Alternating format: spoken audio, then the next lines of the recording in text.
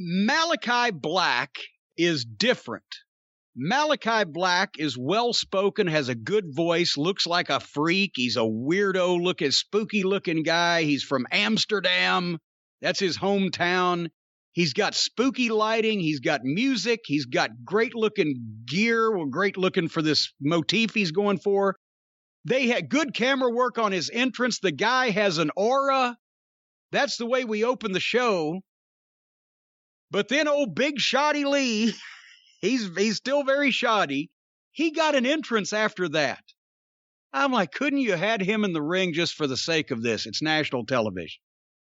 Because I was assuming that since Malakai Black has kicked the shit out, literally, out of Arn Anderson and Cody Rhodes, and who else did he take? He took somebody else out with a kick the other week. Brock Anderson. Then I figure, okay, Lee gets a couple of little flurries and he one tackle pancake, and we're going to get Malakai Black over, right? So I didn't see that. What I saw was a competitive match. I know Malakai Black dismantled Cody Rhodes, a top guy, right? That was pretty another one of those one-sided Cody, see you later, I'm gone for a while, but he put the guy over, right? That's right. This went through a fucking break. And I'll tell you, first of all, they announced old Shoddy at 180 pounds. He's tall. He looks like he's close to 6 feet tall. He's not emaciated. They could say 200 pounds, and I would buy it if they said it. I wouldn't, if I was the average fan, I definitely wouldn't be looking through it. But they announced him at 180 pounds.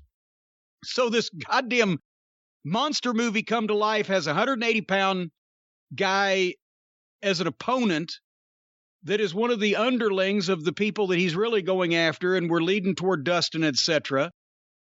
And at first, Malakai Black started toying with him, and Lee Johnson was doing the ducking and dodging, kind of a herky-jerky headlock. Malakai Black was barely moving around. I like it. Finally, then, Malakai Black gets pissed and took over and started kicking the shit out of Lee Johnson. I thought, okay, here we come. Couple minutes, maybe he misses something. Lee gets a comeback or drop kick or whatever, and then boom. No, they went to break. They created this aura around Malakai Black with the entrance and this underdog opponent, and they gave him a little flurry, and then the fucking star that you're pushing takes over and starts kicking the shit out of the guy, and you go to the break. They killed the buzz. They made it competitive with that move. That's just bad formatting. They come back from the break, and the first thing you see is Lee Johnson hits Malakai Black with 7 punches and a drop kick and a dive to the floor and wipes him out, and then hits a splash off the top. I wrote, Malakai Black is going for this, question mark, question mark. Tony Khan allowed this, question mark, question mark. Somebody thought, does anybody know how to get over anymore? Question mark. This is insane! Exclamation point. I love you, period. Anyway. I love you who? Don't remember the song? Dan Baird. I love you, period. Do you love me? Question mark. Oh, God. You're hopelessly lost on your mid-90s country rock. You're damn right I am. Dan Baird was a member of the Georgia Satellites. It also did it Keep Your Hands to Yourself. I hated that song, always. Please, please, exclamation point. I want to hold you in parentheses. Anyway, then Malakai Black took back over and hit Lee Johnson with a bunch of shit. And all in the corner that he couldn't bump for. And then this is where it went to shit.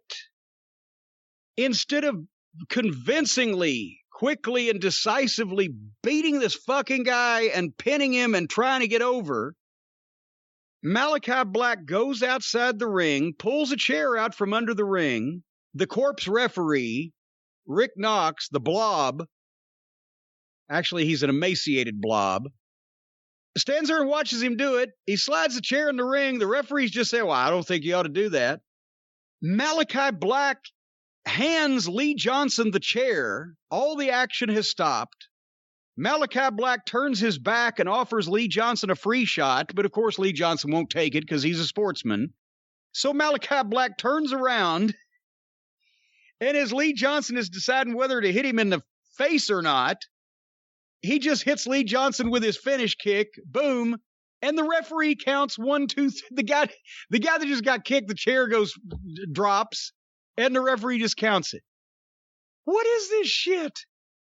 And the first thing, well, by the way, when he was coming in the ring, Mark Henry, who's still not used to being in the Bizarro world, said you could tell legitimate puzzlement in his voice. Why doesn't the referee take the chair away from him? Because that's what everybody else is saying too, except the people that are immersed in this Bizarro world where it's only convenient every once in a while for the referee to actually enforce a rule. But after Malakai Black won this match, a new star that has already been making an impact, that has already put out Cody Rhodes, and has already kicked Arn Anderson, and blah, blah, blah, and is cutting these great promos, and this win was for him. Excrement was asking the question, we'll never know if Lee Johnson would have used that chair. And we'll never care either. This should have been all about Malakai Black.